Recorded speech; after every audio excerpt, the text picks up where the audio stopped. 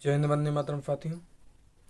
साथियों, अभी इसी महीने चीन की जो कम्युनिस्ट पार्टी है, जो अभी सत्ता में है चीन में, उसकी स्थापना के 100 वर्ष पूरे हो चुके हैं, जिस पर उन्होंने एक बहुत बड़े आयोजन रखा, उसकी खुशियां मनाई। जाहिर है, किसी भी देश में कोई पार्टी सत्ता में है, उसके 150 वर्ष पूरे होने पर वो खुशियां सभी लोग मनाते हैं। 100 वर्ष पूरा होना एक बहुत बड़ी बात है अपने आप में, तो उन्होंने खुशियां मनाई।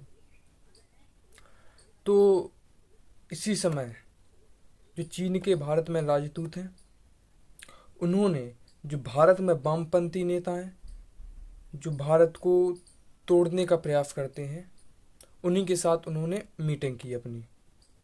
उन लोगों की उस पर चर्चा हुई, किसी भी बात पर कि किस तरह पार्टी को इस्टेब्लिश करना है। बहुत सारी बातें हुई। ये वही चाइना है जिसने सन 1962 में हमारे देश से युद्ध कर कर लद्दाख और मैकमोहन रेखा को पार कर कर हमारा अक्साई चीन, जिसको अभी चाइना कहता है, लद्दाख वाला हिस्सा चाइना ने जीत लिया। अक्साई चीन जिसे कहते हैं, वो लोग कहते हैं कि हमारा है। तो मैं कहता हूँ कि जो अपने देश को तोड़ने की बात करता है, जो देश, चाइना हमेशा हमारे दुश्मन देश, जिसने हमेशा हमसे युद्ध लड़ने का प्रयास किया है, पाकिस्तान, उसकी हमेशा मदद करता है चाइना। और जो आतंकवादी हैं, उन्हें भारत यदि आतंकवादी घोषित करवाने का प्रयास भी करता है, तो यूएनओ में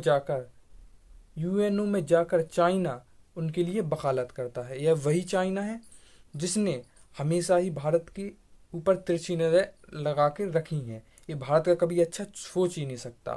तो वो तो खुशी मना रहे थे। अपने देश के नेताओं को क्या जरूरत थी चाइना के साथ प्रेस कॉन्फ्रेंस करने की।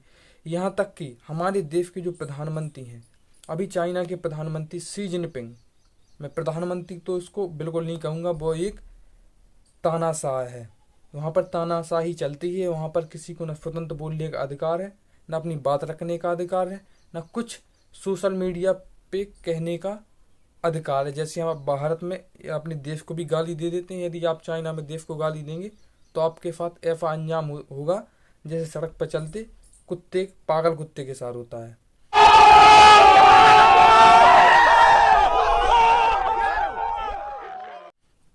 तो मैं आपसे यही कहना चाहता हूँ कि अभी चाइना के जो प्रधानमंत्री हैं, उनका जन्मदिन था, तो हमारे भारत के प्रधानमंत्री श्री नरेंद्र मोदी जी ने उनको कोई बधाई नहीं दी।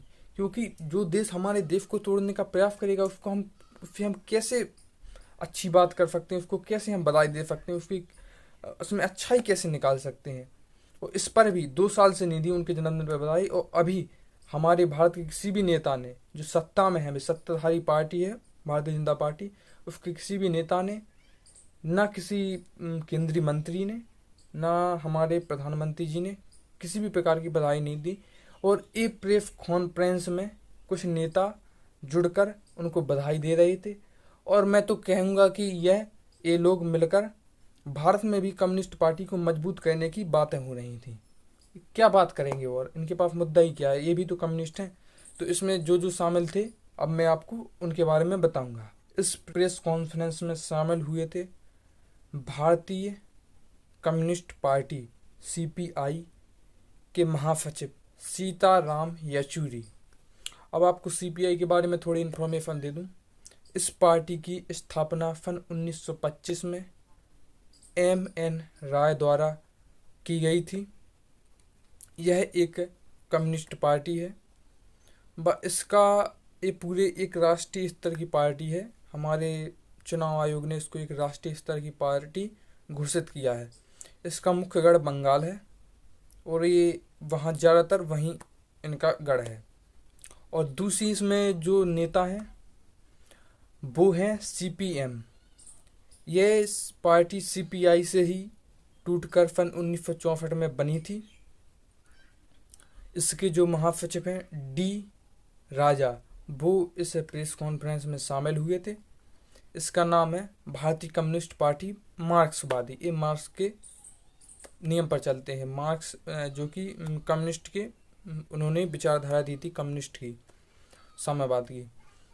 इस प्रेस कॉन्फ्रेंस में जो तीसरे नेता शामिल हुए थे वो थे डीएमके जो कि तमिलनाडु में अभी उसकी सरकार है, उसी के सांसद एस सेंथिल कुमार, वो भी इस प्रेस कॉन्फ्रेंस में शामिल हुए थे। चौथे नेता शामिल हुए थे वो हैं ऑल इंडिया फॉरवर्ड ब्लॉक।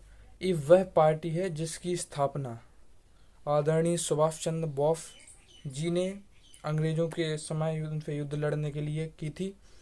ये उन्हीं की पार्टी है। ये मुख्यतः बंगाल में रह गई है। इस भारत में इसकी अब बेहतर स्थिति नहीं है, ये फिर बंगाल में ही चुनाव लड़ती है।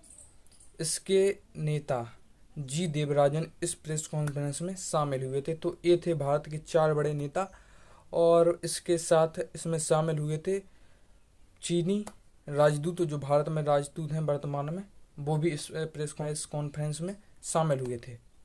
तो मैं आप सभी को बता दूं कि चाइना जो हमेशा हमारे देश के बारे में बुरा सोचता है, हमेशा हमारे देश को तोड़ने के प्रयास में रहता है, और हमारे भारत के ये नेता यदि उनके साथ शामिल होकर प्रेस कॉन्फ्रेंस करते हैं, उनके साथ वार्ता करते हैं, तो ये इससे सिद्ध होता है कि ये उन्हीं के बिठाए भारत में टट्टू हैं, उन्हीं के सारे पर चलने वाले ये घोड़े हैं।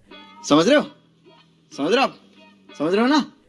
तो इससे मैं कहना चाहता हूँ सभी लोगों से कि देश सर्वोपरि है।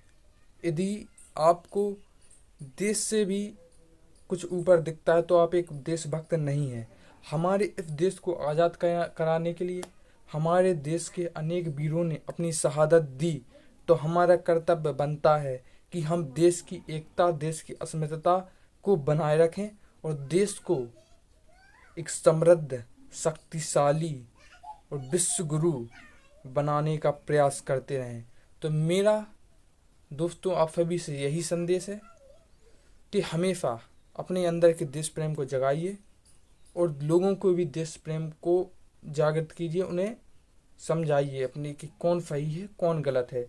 एक कम्युनिस्ट लोग कभी भी देश के बारे में भला नहीं सोच सकते, ये हमेशा ही चाइना के पक्ष में रहते हैं, जैसे कुछ विशेष समुदाय पाकिस्तान के पक्ष में रहते हैं।